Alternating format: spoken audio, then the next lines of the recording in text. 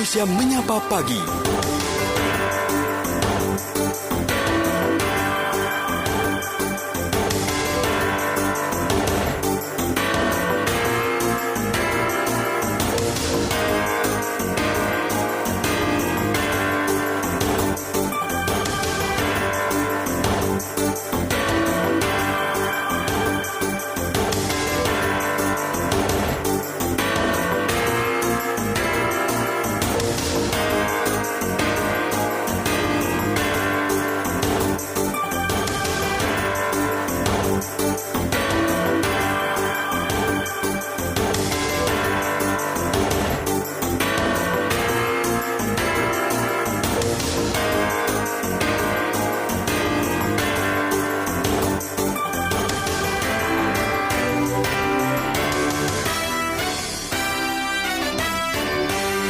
Terima kasih mendengar, Anda masih terus bersama kami di Indonesia Menyapa Pagi. Untuk edisi hari ini adalah memperingati Hari Anak Nasional yang setiap kali kita peringatkan di tanggal 23 Juli 2025 kali ini.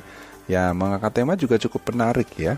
Anak hebat, Indonesia kuat menuju Indonesia Emas 2045. Dengan tagline inspiratif, tentunya anak Indonesia diharapkan nanti bisa terus berkarya, bisa terus memiliki kreatif yang tinggi, bisa terus semangat untuk meraih cita-citanya, dan dimulai dari belajar yang baik ya.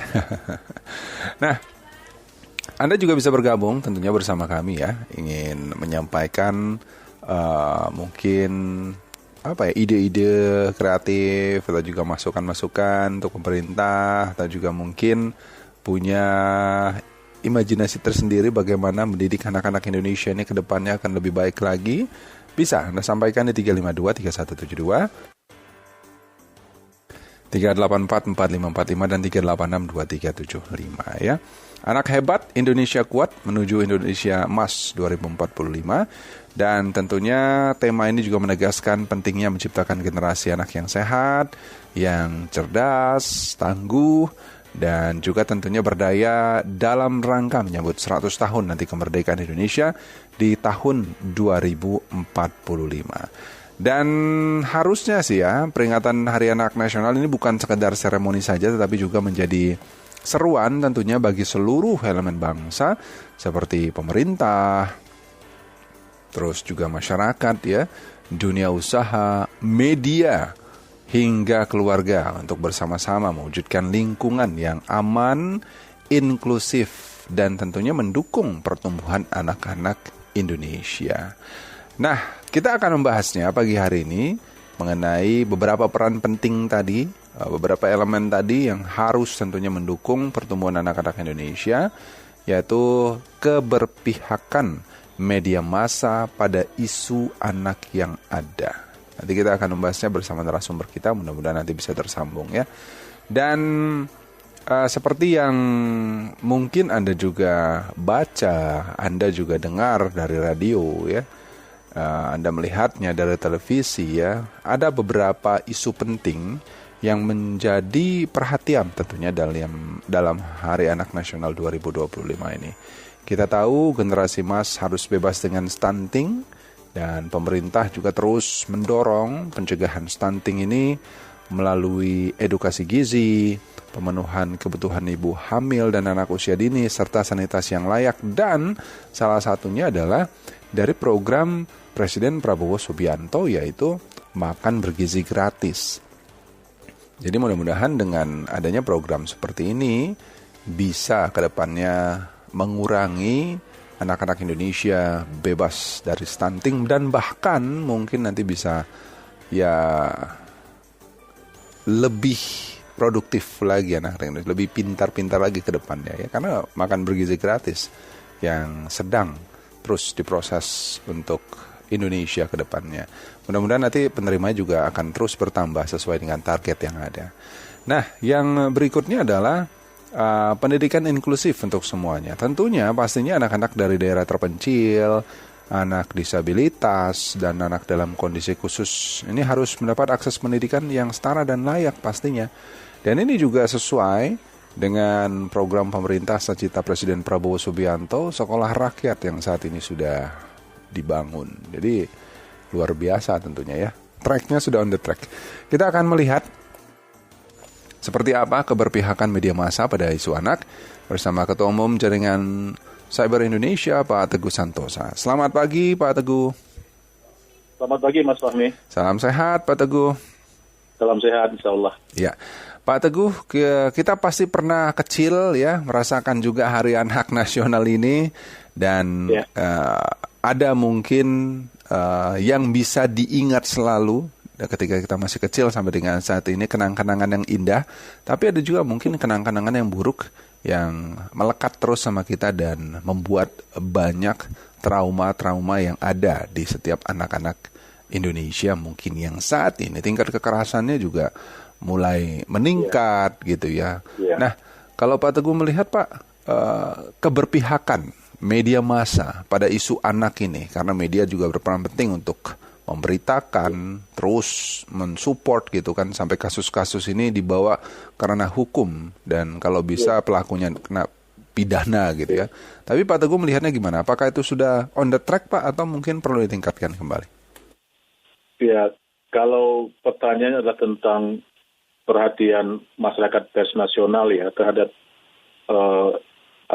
isu-isu atau peristiwa-peristiwa yang melibatkan anak dan ketika dia diangkat ke media sebagaimana, saya kira jawabannya cukup kuat ya, komitmen cukup kuat. Karena tahun 2019 yang lalu itu Mas, Dewan Pers dan Komunitas Pers Nasional sudah menerbitkan satu pedoman pemberitaan ramah anak ya.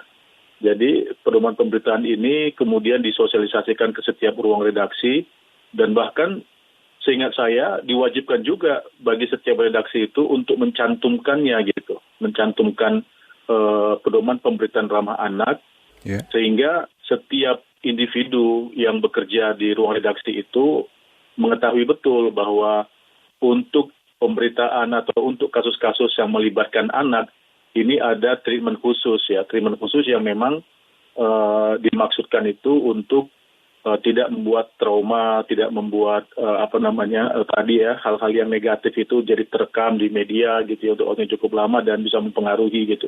Juga untuk tidak membocorkan rahasia anak gitu ya, karena ada banyak jenis kejahatan, kriminalitas yang itu menyasar pada anak ya. Jadi dalam pedoman itu memang saya kira cukup serius ya, hal-hal yang dibahas itu gitu ya. Jadi misalnya kita tidak boleh menyebutkan identitas anak tuh, nama ya, bahkan seingat saya itu alamat itu hanya sampai kecamatan Mas. Jadi siswa kelas 3 di sekolah dasar negeri di kecamatan Anua gitu. Ya kan? Jadi boro-boro menyebutkan nama sekolahnya ya, apalagi alamat rumah gitu ya. Apalagi nama anaknya gitu. Nah, itu diatur sangat serius itu di pedoman pemberitaan media siber itu.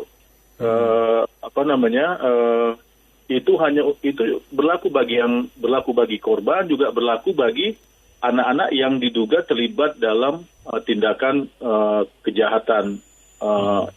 Kan baik juga ya, misalnya pembulian di sekolah. Nah, misalnya ada pembulian di sekolah gitu. Kedua-duanya kan pelaku dan korban adalah anak-anak. Ya, nah kalau dalam pedoman pemberitaan media siber itu yang disebut dengan anak ini usia 18 tahun. Ya, kalau kita punya beberapa produk undang-undang itu produk hukum kan definisi anak itu ada yang 16, ada yang 18, bahkan ada yang 21 ya gitu untuk untuk pernikahan ya. Nanti tolong dicek lagi gitu. Nah, tapi untuk pedoman pemberitaan media siber ini anak-anak usia 18. Nah, usia 18 itu berarti kelas berapa tuh? Ya kira Mas, kelas 3 SMA ya, masih anak ya? Ya, kurang lebih segitu ya. Nah gitu, jadi misalnya ada kasus pembulian di sekolah antara si A dan si B atau antara si A dan teman-temannya, ya, biasa kan begitu kalau kita lihat pembulian itu ya, rame-rame mereka, ada korban 1 orang. Nah ini kan berarti terduga pelaku dan korban ini kan masih masuk dalam kategori anak, ya kan? Nah, maka kalau kita lihat pedoman pemberitaan media siber itu, kedua-duanya juga wajib dilindungi identitasnya. Gitu. Jadi sampai serigid itu sebetulnya masyarakat pers kita ini yang tentu saja digawangi oleh Dewan Pers kita memberikan perhatian pada perlindungan terhadap anak terkait pemberitaan sekarang ini. Nah, cuma memang kan begini kok saya lihat ya, itu kan untuk produk pers ya yang dikerjakan oleh tenaga-tenaga yang diharapkan profesional gitu, bersama dengan kode etik jurnalistik, bersama dengan pedoman pemberitaan media siber, bersama juga dengan pedoman pemberitaan keberagaman, itu pedoman tersendiri juga itu, yaitu kan maksudnya untuk menciptakan karya pers di ruang publik, dalam hal ini di ruang digital yang sehat lah ya, yang positif lah, yang tadi tidak menimbulkan trauma yang berkepanjangan bagi seorang anak yang itu bisa malah semakin merusak dirinya gitu. Nah, itu untuk karya pers. Nah, yang jadi persoalan sekarang ini kan saya kira begini. Yang pertama, pemahaman teman-teman yang bekerja di ruang redaksi terhadap tadi pedoman pemberitaan ramah anak juga kita mesti cek lagi apakah mereka memahami itu. Ya. Nah, kemudian yang kedua, karena yang kita terima di di ruang digital kita ini kan bukan cuma karya pers, ya, tapi banyak informasi-informasi yang diproduksi secara individual gitu ya oleh orang-orang tertentu, baik orang-orang yang kita kenal identitasnya karena mereka menyebutkan namanya siapa di balik media sosial dia, atau akun-akun yang tidak bisa diidentifikasi gitu. Nah, belum lagi misalnya ada kecenderungan kan, kita sering lihat tuh kalau kalau tidak FYP nggak keren. Nah, maka semua orang kan berlomba-lomba untuk membuat kontennya itu jadi masuk dalam timeline orang kan. Jadi dibicarakan, jadi viralitas itu menjadi hal baru yang disembah-sembah gitu, sehingga akhirnya ini semua jadi kacau memang saya lihat ya, sehingga kalaupun misalnya media pers ya karena ada pedoman pemberitaan media siber kemudian semua orangnya memahami dan menjaga itu, tetapi kan kalau kita bicara soal informasi kan tidak cuma karya pers. Nah, informasi yang tidak bernilai pers ini kan lebih saya mau bilang ya, dia sekarang sudah mengambil porsi yang lebih besar daripada karya pers gitu. Nah, awam kan tidak bisa melihat apakah ini karya pers atau apakah ini bukan karya pers. Jadi memang proteksinya itu saya pikir bukan lagi proteksi di dalam ranah pers, karena kalau di dalam ranah pers terlepas tadi ya, apakah teman-teman memang memahami atau tidak, paling tidak guidance-nya sudah ada gitu ya, sudah ada afirmasi action-nya sudah ada gitu. Nah, tetapi di luar itu yang kita tidak tahu. Walaupun sebetulnya kalau kita mau bilang ada undang-undang ITE, kita mau bilang ada undang-undang hukum kriminal umum gitu ya, itu kan juga diatur ya, misalnya hal-hal macam begitu ya. Tapi inilah memang saya kira yang harus sama-sama kita perhatikan, dan tidak cuma cukup untuk diperhatikan, karena semakin hari saya lihat semakin sering dibicarakan, tetapi kasusnya bukan semakin berkurang kan begitu. Iya. Jadi dramatisasinya itu semakin berlebihan, apalagi kalau tadi itu ya, karena memandang bahwa sesuatu yang bisa diviralkan itu akan menghasilkan cuan, dimonetasi, maka semua orang berlomba-lomba untuk mengcopy paste konten apa segala macam dan mengabaikan yang tadi itu. Memang ini tidak cukup hanya untuk diperhatikan dan diseminarkan, menurut saya harus ada action untuk menghentikan kekacauan ini. Saya juga nggak habis pikir misalnya peristiwa pembulian yang videonya kita bisa terima dengan mudah gitu. Ya, dalam bayangan kita kan itu akan membuat si pelaku misalnya merasa malu atau jera dan seterusnya. Ya, tetapi yang terjadi kan akhirnya, kalau menurut saya barangkali adalah copy ya, peniruan aksi ini di tempat-tempat yang lain gitu, atau mungkin juga oleh pelaku yang tadi videonya beredar itu. Jadi tidak ada efek jera juga gitu. Ini kira-kira Mas yang bisa saya sampaikan Mas terkait hal itu. Nah, terus kalau misalnya dengan keadaan seperti ini kan berat juga ya Pak Lid. Harus apa ya, sosialisasi yang sudah dilakukan sepertinya sudah cukup banyak oleh media juga. Literasi juga, saya rasa literasi mungkin yang saya nggak tahu sudah cukupkah atau mungkin perlu ditambah. Tapi kalau untuk regulasi sendiri yang selama ini sudah berjalan bagaimana Pak Teguh? Kalau regulasi tadi sudah ya, on the paper sudah kan. Bahkan kalau untuk kalangan pers ya, misalnya untuk uji kompetensi wartawan, materi itu juga disinggung. Materi tentang pedoman pemberitaan ramah anak juga disinggung. Selain ya materi misalnya pedoman pemberitaan media siber atau kode etik jurnalistik itu disinggung. Tapi yang tentang pedoman pemberitaan ramah anak,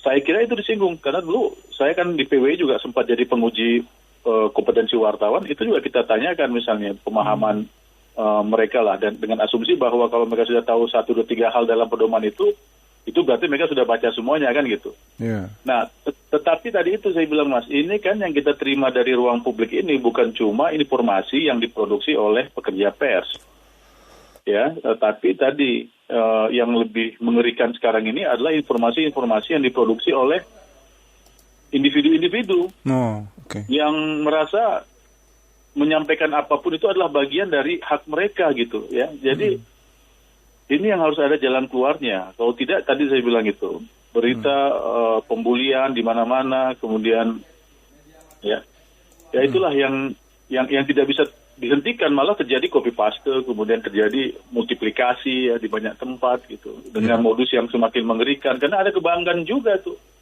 Anak-anak itu misalnya yang melakukan kejahatan di jalan ya, misalnya tawuran segala macam. Kalau kita melihat pedoman pemberitaan media pedoman pemberitaan ramah anak, kan tidak bisa disebut itu. Namanya siapa, sekolahnya di mana, hanya tadi sebatas kecamatan tuh. Tapi video itu kan tidak disebarkan oleh pers. Nah, jadi ini memang agak ini juga memang agak. Jadi masyarakat pers ini dipaksa untuk mengikuti sekian banyak pedoman-pedoman, tetapi ternyata yang lain-lain ini tidak, dan mereka lebih sadis lagi gitu berita. Iya, bingung juga gitu ya, kita harus gimana gitu ya Pak Teguh ya. Iya. Ya jadi kan bukan soal blur wajah ya, bukan soal blur wajah ya. Misalnya kemarin kasus yang KM terbakar itu di Sulawesi Utara itu kan. Siapa itu Mas Agam itu namanya ya, Mas Agu ya, Agu yang menyelamatkan anak kecil itu kan. Itu kan juga jadi perdebatan di beberapa ruang redaksi saya lihat, sehingga ada yang wajah anaknya dibikin blur gitu ya kan. Ada yang bikin blur, terus ada yang tidak gitu ya kan. Nah ini kan saya pikir itu jadi diskusi di ruang redaksi itu ya, jadi diskusi. Tapi kan itu sifatnya bukan peristiwa yang sadistik ya, bukan peristiwa pencabulan, bukan peristiwa korban kekerasan, apalagi pelaku kekerasan gitu ya. Malah penyelamatan gitu ya. Penyelamatan, ya kan. Nah, tapi tetap juga ada ruang redaksi yang saya lihat foto anak itu dikaburkan gitu, di blur. Nah, apakah dia terlalu serius dengan pedoman pemberitaan ramah anak, kan saya juga nggak paham gitu ya. Jadi untuk hal yang menurut kita sebetulnya fine-fine saja, apalagi yang sadis-sadis itu.